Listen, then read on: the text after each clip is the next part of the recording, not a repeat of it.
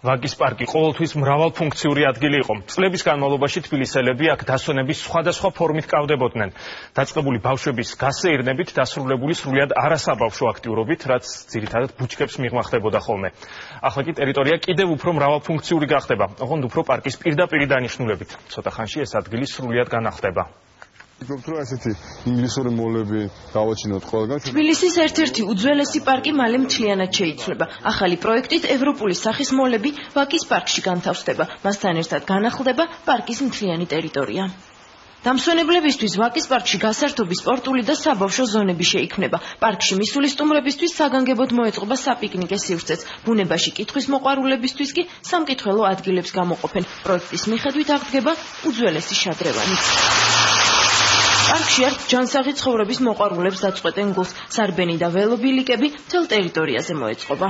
გაჩნდება სარბენი ბილიკები, საველოსიპედო ბილიკები, რომელიც შეუერთდება კუსტმას და გაჩნდება ესეთი მოლები, რომელსაც თქვენ რამდენიმე ჩვენ გაკეთებული ვოგეთ, ეს მოლები საკმაოდ კარგად აიწყებს საზოგადოებამ და მე ვფიქრობ, ყველა თაგი, რომელსაც თქვენ ხედავთ, რომელიც დატვირთული არ არის სხვადასხვა ფუნქციონალური ზონით, ხო, იქნება მწვანე მოლი.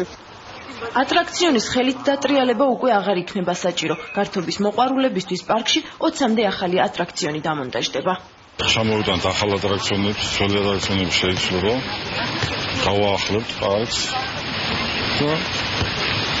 ყველა კატეგორიის ატრაქციონი ჩამოვიდანთ, პატარა ბავშვებისთვის და დიდებისთვის. რამდენი წელია ყოველდღე გვიწევს სიარული და ფაქტიურად ბავშვები ვერ ერთობიან. აი ესე წვალობთ. ალბათ ძალიან კარგი იქნება. გააკეთეს მუშტაეთი ძალიან კარგად. იქნება მასაც მიხედონ. რეაბილიტაციის მიუხედავად ვაკის პარკს ისტორიული სახე შეუნარჩუნდება. თბილისის მერია აღდგენით სამუშაოებს ივნისში დაიწყებს. ერთი ფაზა არის, რაც არის არსებული კომუნიკაციის გამოსვლა და უფრო მეტი სარეკრეაციო ადგილების შექმნა ვაკის პარკში, რაც მაქსიმალურად მიგვაახლოვებს იმ თანამედროვე სტანდარტებს და ასევე შენარჩუნებული იქნება ის ვაკის პარკის ის ისტორია, რომელიც ყოველ თბილისელს ძალიან კარგად ახსოვს. სხვადასხვა ასაკის დამსვენებლებისთვის თბილისის ცენტრში განახლებული სარეკრეაციო ზონა ოქტომბრის დასაწყისში გაიხსნება.